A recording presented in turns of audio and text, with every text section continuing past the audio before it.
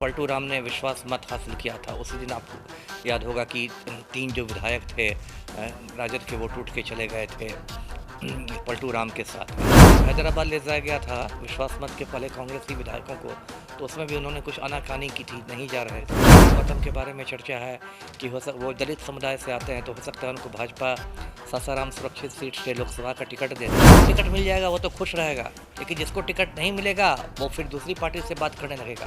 तो बीजेपी साफ करेगी नीतीश को या बीजेपी खुद साफ हो जाएगी, ये तो आप देखिए चुनाव में पता चलेगा। एक तरफ जहां बिहार के पूर्व मुख्यमंत्री, बिहार विधानसभा के नेता प्रतिपक्ष तेजस्वी यादव विपक्षों को एकजुट करने में लगे हैं, लगातार बिहार के जनता को अपने तरफ करने में लगे हैं, दूसरी तरफ बीजेपी लगातार बड़ा झटका दे रही है। ऐसे में कल एक तस्वीर सामने निकल के आई जहां पर राजद की एक विधायिका संगीता कुमारी, देखा जाए तो जो कांग्रेस के 2 विधायक हैं मुरारी गौतम के साथ सिद्धार्थ सौरभ, वो बीजेपी में नजर आए। ऐसे में अब जाकर कई सारे सवाल उठने लगे हैं। कहा यह जा रहा है कि जो भी बागी विधायक है उनकी सदस्यता चली जाएगी, उनकी सदस्यता छीन ली जाएगी, तो वहीं उन पर कार्रवाई की जाएगी। लगातार कहीं ना कहीं बिहार की राजनीति में कुछ बड़ा उलटफेर देखने को मिल रहा है। ऐसे में बात करने के लिए हमारे साथ बिहार के पूर्व आईपीएस अमिताभ कुमार दास से जुड़ेंगे। बात करेंगे अमिताभ दास जी, कैसे देख रहे हैं जिस तरीके से कल 3 विधायक महागठबंधन से बीजेपी में चले गए?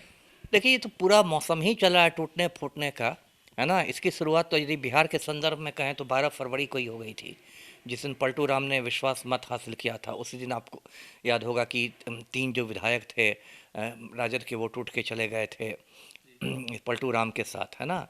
आपको चेतन आनंद, नीलम देवी और प्रहलाद यादव, तीनों के अपने अपने कुछ लालच थे। नीलम देवी इसलिए गई क्योंकि उसको लग रहा है कि मुंगेर से लोकसभा सीट मिल जाएगी, लोकसभा का टिकट। चेतन आनंद इसलिए गए क्योंकि उनकी जो माता है लवली आनंद, उनके लिए वैशाली और औरंगाबाद का टिकट मिल सकता है।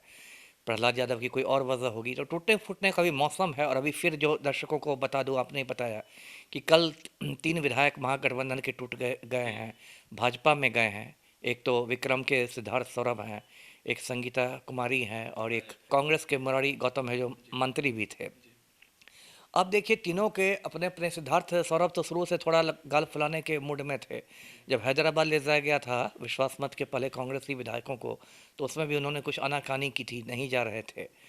और सबका कुछ कुछ रहता है और कुछ सबको लालच भी मिलता है। जैसे मुरारी गौतम के बारे में चर्चा है कि वो दलित समुदाय से आते हैं, तो हो सकता है उनको भाजपा सासाराम सुरक्षित सीट से लोकसभा का टिकट दे दे।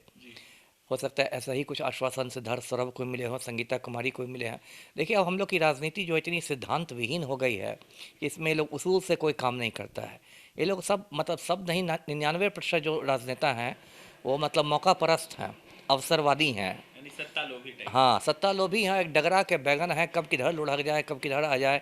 अभी कल जो राज्यसभा चुनाव हुए देश भर में, उसमें भी क्रॉस वोटिंग हुई। यूपी में क्रॉस वोटिंग हुई, हिमाचल में क्रॉस वोटिंग हुई। आप इस पार्टी के रहते हैं और दूसरी पार्टी के उम्मीदवार को वोट दे देते हैं। कुछ आप, कोई आपका सौदा पक्का हो जाता है, कोई डील पक्की हो जाती है। तो ये एक तरह से मतलब आप कह सकते हैं कि ऑल इंडिया एक ट्रेंड बन चुका है टूटने फूटने का, और ये अभी खत्म नहीं हुआ है। देखिए, जब 14-15 तारीख तक लोकसभा चुनावों का ऐलान होगा, उसके बाद टिकट बांटने की बारी आएगी। हर एक सीट पर कई लोग दावेदार होते हैं। एक अनार 100 बीमार की सीट ही रहती है।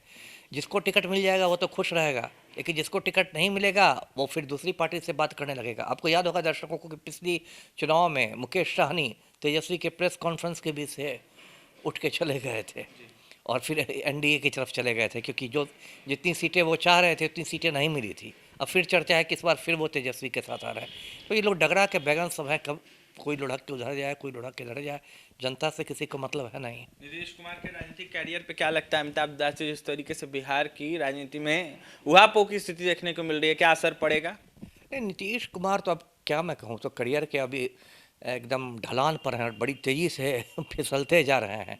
एक तो पलटू राम ने इतनी बार पलटी मारी है कि उनकी विश्वसनीयता शून्य हो गई है।